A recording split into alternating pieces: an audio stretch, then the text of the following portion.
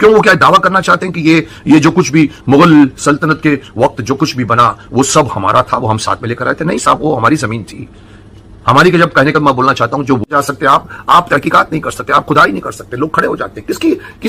किसका आप समर्थन ले रहे हैं? मुगल्स का, जिन्होंने आक्रमण किया, अंग्रेजों का, जिन्होंने व्यापार के बहाने हमारे देश को 200 साल तक 300 साल तक रूल किया, आप उनका समर्थन कर रहे हैं? और हमारे यहाँ के देशवासी जो बेचारे गुलाम बने, पहले मुगल के बने, बाद में अंग्रेजों के बने, उसके लिए आपके मन में कोई सिंपथी नहीं? वहां पे मस्जिद है जो अब कंट्रोवर्सी में है और ऑर्डर मिला है कि अंदर क्या है, लोग जानना चाहते कि अंदर क्या है, और अंदर देखने के लिए उन्हें दिया नहीं जा रहा है, और मुस्लिम विरोधी पक्ष ने उसका विरोध कर रहे हैं। कोर्ट में मामला गया है, लेकिन अल्टीमेटली कोर्ट ने ऑर्डर दिया है और वो लोग अंदर गए हैं, और आज कल में वो रिपोर्ट निकलेगी कि क्योंकि उसके बाहर मंदिर के बाहर में एक हमारे को शायद श्रृंगार देवी की मूर्ति मिल गई थी, तो उन्होंने कहा था कि इसके अंदर क्या है। जो आज एक रिसेंट मसला है, जो शुरुआत हुई थी बाबरी मस्जिद से, बहुत बड़े लेवल पे शुरू हुई थी, उसको तो 400 साल लगे थे, लेकिन आज धीरे धीरे आजकल जैसे आप देखते ताजमहल के बारे में भी ये बात फैलनी शुरू हुई कि ताजमहल नहीं, वो एक राजमहल था, दावे किए जा रहे हैं।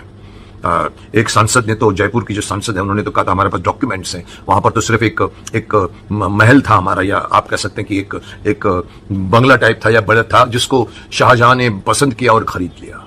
अब ये बात सुनने में हमें आश्चर्य होता है कि अब तक हमने ये बात क्यों नहीं सुनी। और यही हमारे देश की विडंबना है कि हमारे देश में अभी भी कई बातें हैं जो हम अब धीरे धीरे महसूस कर रहे हैं कि हमसे छिपा कर रखी गई है।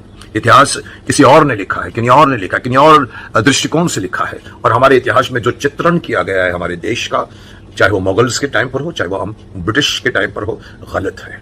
और ये बात अभी बहुत बड़े लेवल पर ये बात आ रही है कि इसकी जांच होनी चाहिए, और इसके लिए इतिहास को रीरिटर्न किया जाना चाहिए, फिर से लिखना चाहिए। कई ऐसी बातें हैं जो अचंभित करने वाली है, उसको उभारने की जरूरत है। लेकिन जैसे ये हमारे चैनल के एडिटर जो कह रहे हैं कि भाई आजकल सब लोगों को एक शौक हो गया है, खुदाई करो खुदाई करो खुदाई करो, इसके नीचे क्या है, उसके नीचे क्या है, मैं उनको ये बात बताना चाहता हूं कि इसे आप लाइट ढंग से क्यों ले रहे हो?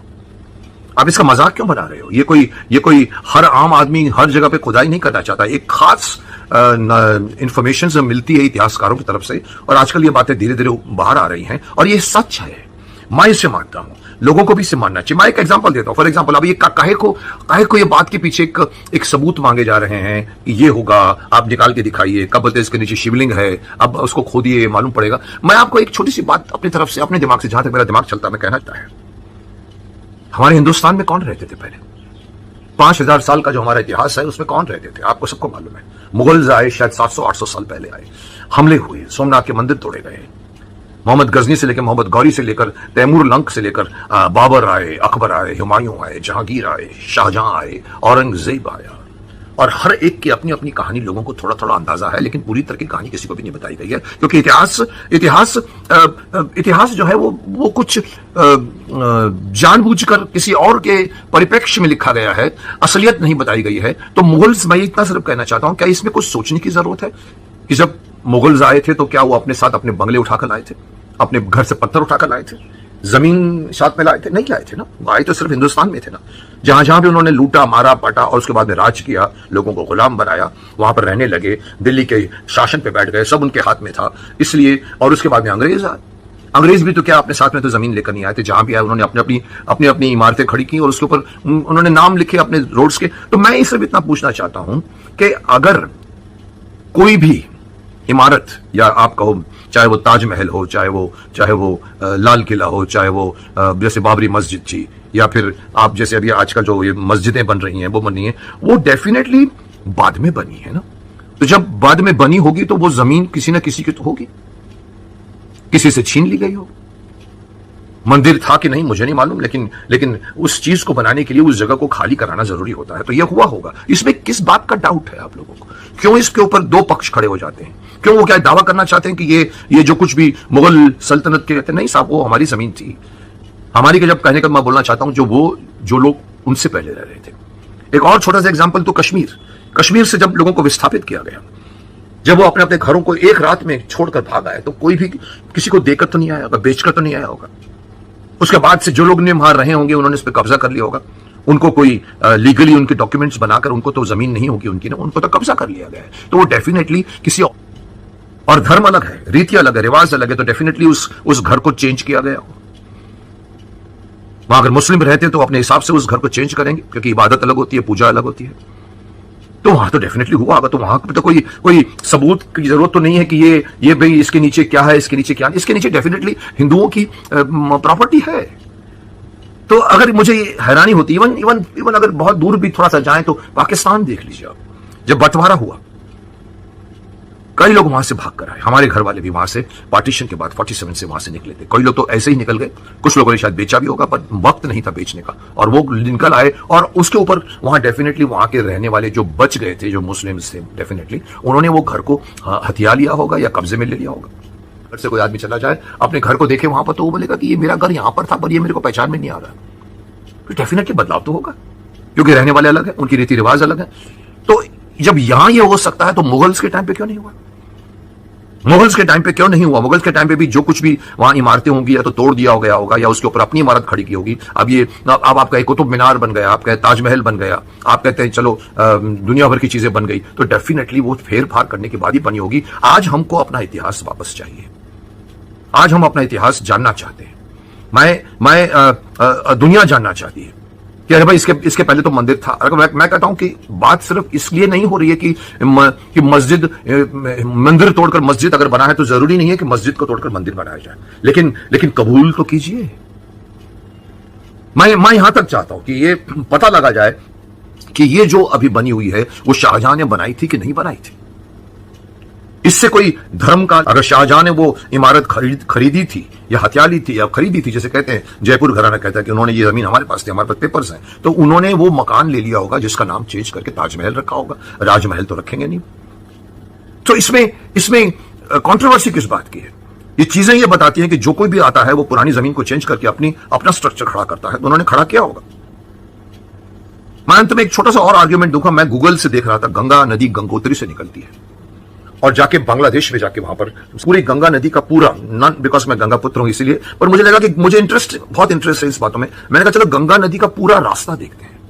मैं एक दिन बैठ गया कंप्यूटर के सामने, गूगल खोल के मैंने गंगोत्री से मैंने पूरी गंगा की यात्रा देखी, कैसे गई, यहां से आई, इधर गई, यहां से गई, ऐसे आके ऐसे आके ऐसे आके ऐसे आके ऐसे आके, और धीरे धीरे वो ऋषिकेश पहुंची। ऋषिकेश के बाद में बीच में टहरी डैम आया, फिर टहरी डैम आया, फिर ऋषिकेश आया, फिर उसके बाद में हरिद्वार आया, और उसके बाद में गंगा धीरे धीरे बढ़ते बढ़ते पटना तक पहुंची होगी। मैंने एक चीज गौर किया, आप भी देखिएगा तो गौर कीजिएगा।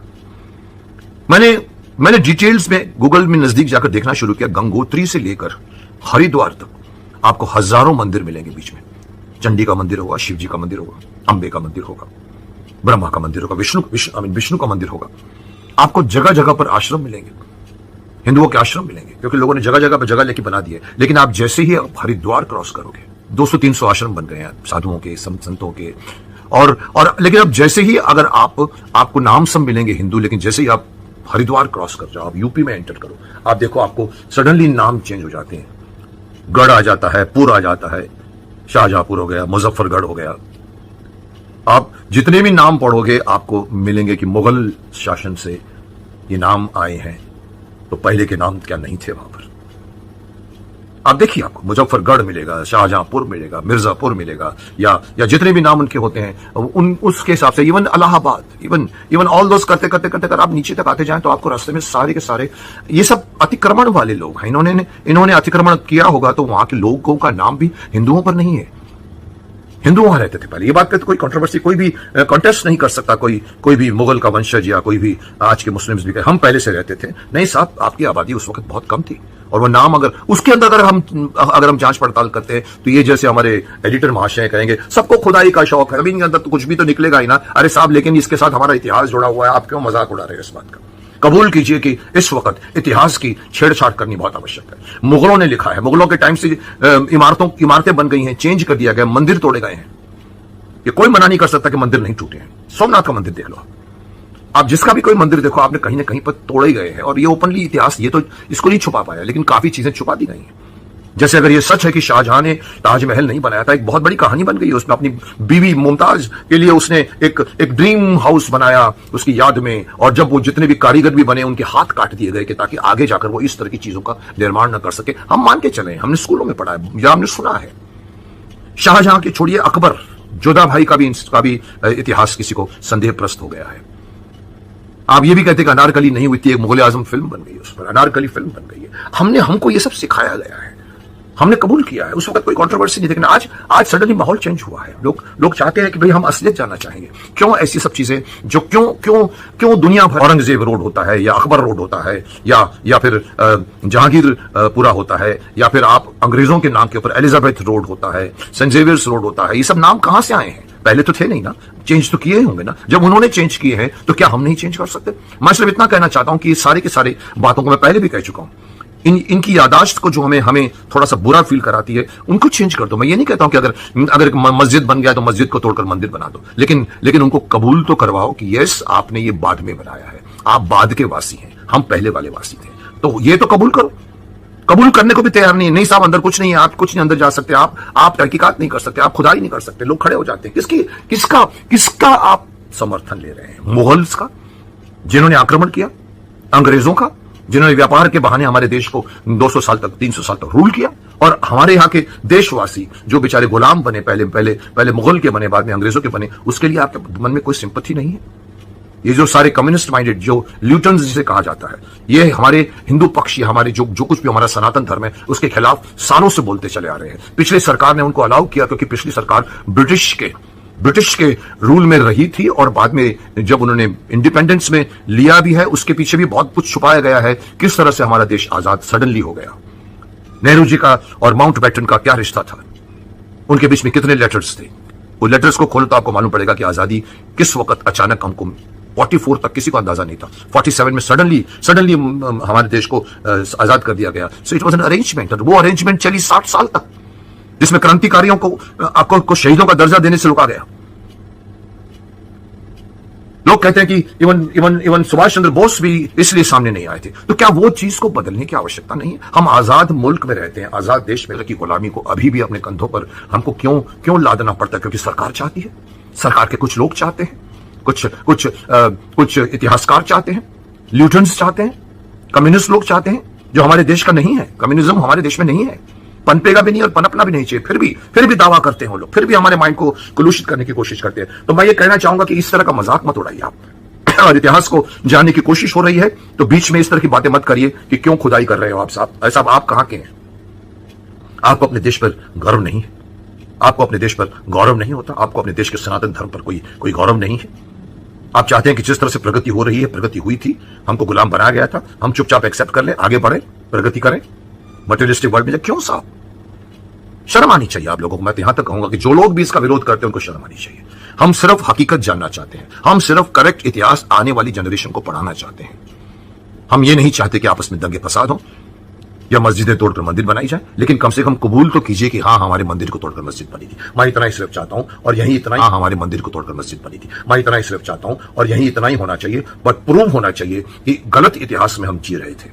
इतिहास हमको आगे बढ़ने की सीख देता है। अगर गलत इतिहास होगा हम गलत आगे बढ़ेंगे, अगर सही इतिहास होगा आज के युवा लोग सही डायरेक्शन में जाएंगे, जिसकी बहुत बड़ी आवश्यकता है। तो सरकार को भी मैं कहूंगा कि इस अभियान को मत रोको, बहुत विरोध होगा, लेकिन शांति के तरीके से इसको अपनाइए, आगे बढ़िए और एक्सपोज कीजिए उन सारे इतिहासकारों से जो हमारे नहीं।